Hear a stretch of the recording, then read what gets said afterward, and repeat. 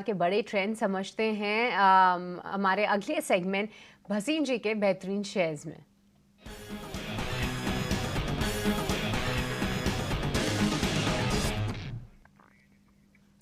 वसीम जी, आपका बहुत बहुत स्वागत है। जिस तरीके से हम ग्लोबल बाजारों की तेजी देख रहे हैं, कल देखिए डाउ भी 40,000 के स्तर दिखा चुका है। कोई पर्टिकुलर ट्रेडिंग सेटअप जो कि आप बाजारों के लिए देख रहे हैं और साथ ही साथ कल से जुड़े भी कोई अपडेट्स हों तो वो भी बताइए। तो शुक्र थर्सडे फ्राइडे को आपको 3-4 तारीख को कहा था बेच देना, 22,800 पे फ्रॉथ है। फिर 21,800 आया, आपको कहा ये बॉटम है, यहाँ फियर खरीद लीजिए। 22,400 का टारगेट था, 22,400 हो गया। 3 हफ्ते में तीनों कॉलें सही, सिर्फ ईटी स्वदेश, सृष्टि और संजीव बसीन फॉर वंस। दूसरी बात, अब इंडेक्स रेंज बाउंड रहेगा क्योंकि एक बड़ा इवेंट है। डोंट एक्सपेक्ट फायरवर्क्स, दोनों तरफ ही रहेगा। 22,400 22,600 ऊपर जा सकता है, 22,200 नीचे। तो इंडेक्स पे मैं नहीं हूं, लेकिन स्टॉक स्पेसिफिक मैं बहुत बुलिश हूं और स्टॉक्स पे कंसंट्रेट कीजिए। सारे आपके मेटल चल गए। कल दीपक नाइट्राइट कहा था, आईसीआईसीआई बैंक, दोनों में मेरी बुलिश कॉल है। सृष्टि जी, इरकॉन और इंजीनियर्स का आपको कल इरकॉन 8% अप था, 260 का भाव, 290 का टारगेट इरकॉन पे। पहले तो मैं वो बढ़ा दूं जो शेयर मेरे चल रहे हैं। इंजीनियर्स इंडिया 253 बिका है, या 280 रुपए का टारगेट। तो अपने प्रॉफिट्स को बढ़ाइए और लेने की चेष्टा करिए। Capex stocks are going through the roof. मैं जब पहली बार शेयर बाजार आया तो मेरे एक अंकल ने मुझे दिलाए थे टाटा हनीवेल 53 रुपए में। उसका राइट आया, मेरे पे 85 रुपए पे 1700 शेयर थे। मैंने एक पूरा मकान बनाया और 400 शेयर आज भी है। और आज भी मैं 53,000 रुपए कह रहा हूं, ये 75,000 रुपए का शेयर है। तो समझिए कि बाजार में किस तरह की रणनीति चल रही है। IRCON, engineers India, Tata Honeywell, Honeywell auto, ये सब लेने वाले शेयर्स हैं। जी, तो ये सभी काउंटर्स ने अच्छा प्रदर्शन किया। और भसीन जी, कुछ समय पहले ही जब आप चर्चा कर रहे थे सेक्टर आउटलुक को लेकर, तो आपने आईटी भी हाईलाइट किया था। क्योंकि मैं आईटी को ऐसे चार्ट्स पे ट्रैक भी कर रही थी, तो निचले स्तरों से एक अच्छा उन्होंने मूव भी दिखाया है। और खास तौर से एक one of the beaten down counters Coforge, क्योंकि कई सारे एक्सपर्ट्स के रेडार पे भी आ रहा था, तो फिर उस पर नजर गई। कोफोर्ज ने भी काफी अच्छा मूव दिखाया है। तो क्या आपको लगता है कि आईटी पे भरोसा जो है अभी और आ सकता है? क्या और भी अपॉर्चुनिटीज हैं आईटी स्पेस में? और भसीन जी, आज के लिए जो कॉल्स हैं वो भी बता दीजिए लगे हाथ। बिल्कुल Srishti ji, thank you for reminding. 43 वाला 4750 हो गया 5 दिन में। इसका भाव 5,5200 जाना चाहिए। देखिए, आपको पता है इसने जो कंपनी ली है सिग्निटी टेक्नोलॉजीज, उसमें एक्विजिशन हुई है।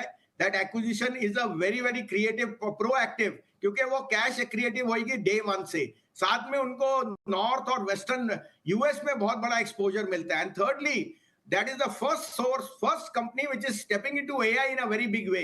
और अश्योरेंस और इंश्योरेंस में उनका बहुत बड़ा मान्य है।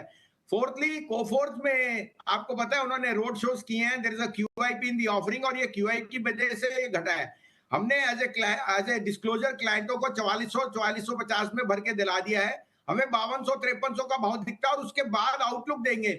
लेकिन आप ऐसा देखिए कि आईटी इज नाउ, जो वैल्यूएशंस बहुत कंफर्टेबल है और साथ में आउटलुक, कैश रिच कंपनीज हैं जो एक्विजिशंस कर रही है। Coforge is one of the few जो एआई में बहुत जोर से जा रही है, and that is the future. As a disclosure ये हमारे पोर्टफोलियो में है और 5200 तक तो हम इसे छुएंगे ही नहीं। ठीक है, चलिए, ये स्टॉक्स हो गया आपके लिए।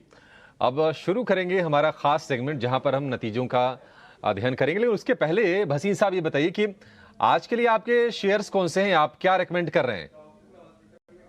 गुड मॉर्निंग अभिषेक, आपको डिम्पी। अशोक लीलैंड, आपको कहा था टाटा मोटर 1100 में बेच दीजिए, अशोक लीलैंड ले लीजिए, कल न्यू हाई है।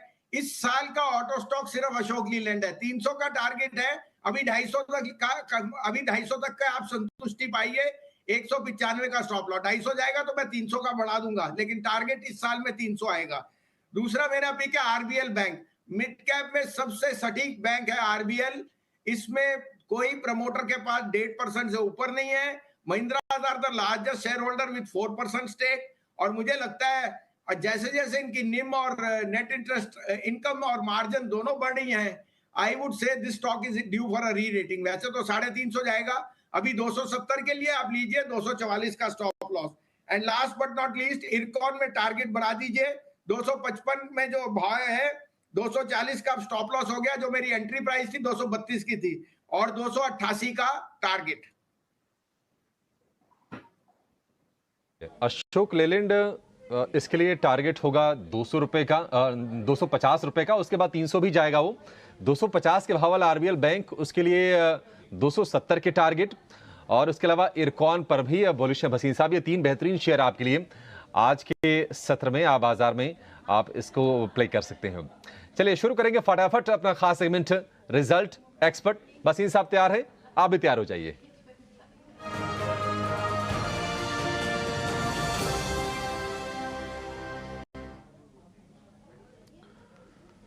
भसीन साहब चलिए फटाफट शुरू करते हैं। ये सेगमेंट नतीजों की लंबी लिस्ट है, तो क्विकली आपसे राय चाहेंगे। शुरुआत हम बायोकॉन से कर लेते हैं भसीन साहब। नंबर इसके इन लाइन रहे, हालांकि प्रॉफिट में 40% की गिरावट है, एबिडा पर भी प्रेशर है, मार्जिन पर भी प्रेशर है, रेवेन्यू बढ़ी है। बायोकॉन आपको कैसी लगती है कंपनी, नतीजों के बाद क्या करें? नहीं, बायोन डिक्लाइन है। देखिए इसमें आप ये लेके चलिए 8% इसका R&D पे एक्सपेंस जाता है, और वो वन ऑफ होता है, सीजनल फैक्टर है, बट इनके जो इंसुलिन का बायो प्रोडक्ट्स हैं वो बहुत बढ़िया कर रहे हैं। I would recommend Biocon to be in your portfolio. Decline पे जरूर लीजिए, लेकिन मेरे को इसका 450 का टारगेट दिखता है इन दिस ईयर इटसेल्फ। और बायोकॉन एक अंडर परफॉर्मिंग स्टॉक था, लेकिन बिजनेस बहुत स्ट्रांग है, और अब मुझे लगता है that business is only gathering traction. तो वन ऑफ था because of higher R&D expenses, but ये शेयर आपके पोर्टफोलियो में जरूर होना चाहिए। पर खरीदना है बायोकॉन को, जिसके पास है उसको होल्ड की सलाह है।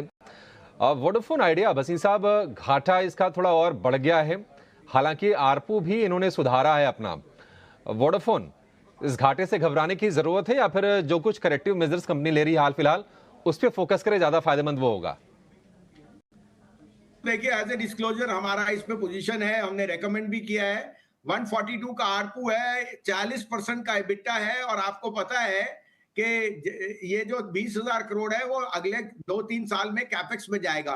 5G में एबिलिटी आ जाएगी, 4G में एक्सपैंड कर रहे हैं, 3G और 4G में उनके नंबर बढ़ रहे हैं, और आई थिंक जो एट्रिशन है वो खत्म हो जाएगा।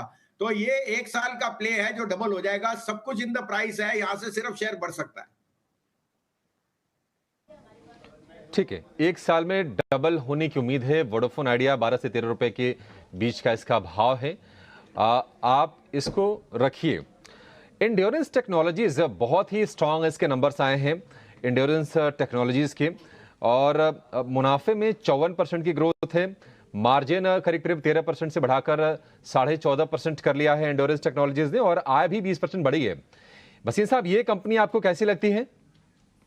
बिल्कुल, मिड कैप आईटी बहुत पसंद है। हमने पहले भी आपको 43-4400 पे कोफोर सजेस्ट किया था, अभी भी हम कहते हैं कोफोर जस्ट स्टार्टिंग अ जर्नी, और एंड्योरेंस में है तो बने रहिए, कोई भी डिप मिले तो लीजिए, but you must be in mid cap IT mid cap stocks are just starting their way, और मुझे लगता है अगले 3 महीने में they will be outperformers. ठीक है, ठीक है, गिरावट पर यह भी खरीदारी करिए एंड्योरेंस टेक्नोलॉजीज में। जेके पेपर ने इस साल कमाई करा के भसीन साहब दिया नहीं है निवेशकों को, और नतीजे भी आए हैं इसके कमजोर। रेवेन्यू फ्लैट है ऑलमोस्ट, प्रॉफिट में 1.5% की गिरावट है, और मार्जिन पर ज्यादा प्रेशर है। 7% की भारी भरकम गिरावट है मार्जिन में, 7.25% की। जेके पेपर क्या करे जिसके पास है? नहीं, मेरे को लगता है प्रॉफिट बुक करना चाहिए। अगर आपको एक शेयर जो क्वाज़ाई पेपर में भी है वो है ITC Bhadrachalam is part of it, और उनके जो बाकी बिजनेसेस है they are firing on all cylinders including paper. तो मुझे लगता है convert this stock into ITC, you will be in a very very sweet spot, क्योंकि उसमें सारे बिजनेसेस हैं, और ITC Bhadrachalam is the 3rd largest pulp producer in the country, और मुझे लगता है ITC will be a good switch at this price from JK paper. JK paper से आईटीसी में स्विच कर लीजिए। कॉनकॉर के शेयर को हमने भसीन साहब चलते हुए देखा है, 1000 रुपए के ऊपर का भाव इसका हो गया है। हालांकि नतीजे आए हैं कमजोर, आय में 6.5% है, मुनाफे में 10%, और मार्जिन हालांकि उन्होंने बढ़ाया है 1%। कॉनकॉर, क्या यह भी बाय ऑन डिप्स वाला शेयर है? बिल्कुल, बिल्कुल अभिषेक जी देखिए उसका ये सीज़नल क्वार्टर होता है जहां उनका एग्जिम मार्केट में कमजोरी आई है। बाकी उनकी रेक्स में अब बढ़ोतरी हो गई है और मुझे लगता है मार्जिन बढ़ने वाले हैं। मार्जिन भी बढ़ेंगे, एबिटा भी। ये शेयर मेरे हिसाब से 1400-1500 का भाव होना चाहिए 1 साल में। जिस रफ्तार से रेन मॉडर्नाइजेशन, ट्रांसपोर्ट और ये मोनोपोली बिजनेस है। एग्जिम पॉलिसी, एग्जिम जो बिजनेस है इनका वो एक वन ऑफ था। मुझे लगता है ये अगले क्वार्टर से स्टेबलाइज होएगा। कोई भी डिक्लाइन मिले तो लीजिए कॉनकॉर। ठीक है, गिरावट पर कॉनकॉर को भी खरीदना है। सीजी कंज्यूमर, इसके नतीजे हम देख रहे हैं कि रेवेन्यू में 10% का उछाल है, प्रॉफिट में 1.5% की बढ़त है। मार्जिन हालांकि इनका थोड़ा सा गिरा है। सीजी कंज्यूमर इसमें क्या करें भसीन साहब?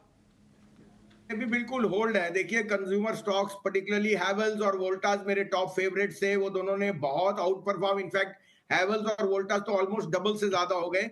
और सीजी कंज्यूमर भी उसी क्षेत्र में बहुत अच्छा कर रहा है। इनफैक्ट इनका जो कूलर मार्केट है वो बहुत स्ट्रॉन्ग ग्रोथ दिखा रहा है और गर्मी जैसे पड़ रही है वो I think lower end of strata में इंक्रीज होएगा। डिक्लाइन पे लेने की चेष्टा कीजिए। ठीक है भसीन साहब, दो शेयर, एक तो खैर क्रॉम्पटन ग्रीव्स कंज्यूमर हमने पूछ लिया। वी गार्ड बता दीजिए, मार्केट बंद होने के जस्ट पहले इसके नतीजे आ गए थे। नतीजे ठीक ठाक लग रहे हैं, मार्जिन भी बड़ा है, प्रॉफिट में 45% की ग्रोथ है, आय 18% बढ़ी है। और दूसरा पेंट वाली कंपनी एक्जो नोबेल, इसके नंबर्स भी ठीक ठाक ही दिख रहे हैं एक्जो नोबेल के।